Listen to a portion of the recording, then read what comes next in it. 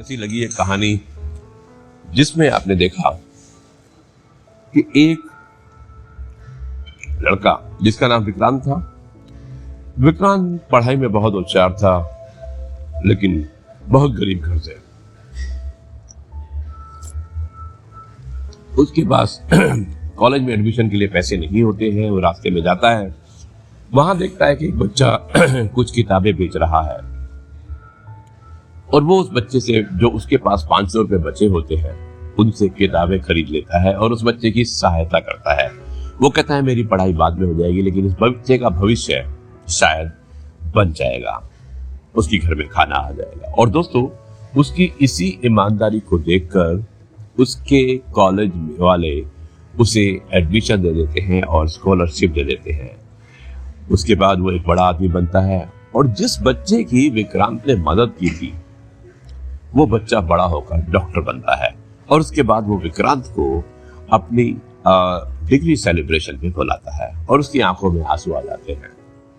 दोस्तों, कहते हैं ना कि समय पर अगर आप किसी की सहायता करते हैं तो वो करोड़ों रुपए की जायदाद बन सकती है उसके लिए, लेकिन अगर समय नहीं है और उसके बाद सहायता करना चाहते हैं तो उस समय उस पैसे का कोई मूल्य नहीं होता है। इसलिए आप समय पर लोगों की सहायता कीजिए, लोग आपके जरूर आपके नजदीक आएंगे। यही है आज का मैसेज। मुझे उम्मीद है कि आज की कहानी पसंद आई होगी। रविवार को एक बार फिर से आनंद कीजिए। मैं एक बार फिर से चाय पी रहा हूँ, यहाँ मंसूरी में बैठा हूँ और उम्मीद है कि आप भी आज रविवार को अच्छी तरह बिता रहे होंगे परिवार के साथ, दोस्तों के साथ।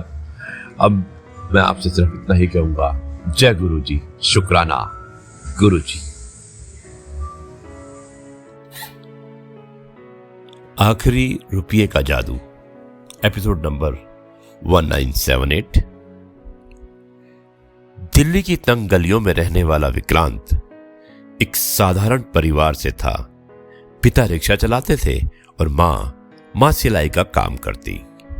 एक दिन कॉलेज की फीस भरने की आखिरी तारीख थी और उसके पास सिर्फ 500 रुपये थे। विक्रांत मायूस होकर सड़क के किनारे बैठ जाता है और तभी वो देखता है कि एक छोटा सा बच्चा किताबों का थैला बेच रहा था। बच्चे ने कहा, भैया घर में पैसे नहीं हैं, इसलिए मुझे पढ़ाई छोड़नी पड़ रही है। अगर तुम मेरी ये किताबें खरीद लोगे तो शायद मैं पढ़ाई कर सकूंगा और मेरे घर का गुजारा भी हो जाएगा। विक्रांत ने सोचा और अपना आखिरी 500 रुपये उस बच्चे को दे दिए। उसने कहा कि तुम पढ़ाई मत छोड़ना। अब उसके पास अपनी फीस के लिए पैसे पूरे नहीं थे, लेकिन अगले ही दिन कॉलेज में घोषणा हुई कि विक्रांत को उसकी ईमानदारी और मददगार स्वभाव के लिए स्कॉलरशिप दी जाएगी। उसे ना सिर्फ फीस माफ हुई, बल्कि आगे की पढ़ाई के लिए आर्थिक सहायता भी मिली। सालों बाद वही बच्चा जिसे विक्रांत ने मदद की थी, डॉक्टर बन गया और उसने अपने पहले सम्मान समारोह में कहा कि मेरी सफलता का श्रेय उस अनजान भाई को जाता है जिसने मुझे आखिरी रुपया दिया। तभी विक्रांत की आंखों से आंसू आ गए। दोस्तों, कभी कभी आपकी छोटी सी मदद किसी की जिंदगी का सबसे बड़ा मोड़ बन जाती है। पैसे, समय और सहारा जब आप दिल से करते हैं तो वो लौटकर कई गुना होकर आपके पास आता है। दोस्तों, समय, सहारा और पैसा, ये तीनों चीजें जब हम किसी की मदद करते हैं तो ये आपको वापसी जब देने का समय आता है तो बहुत कुछ देता है।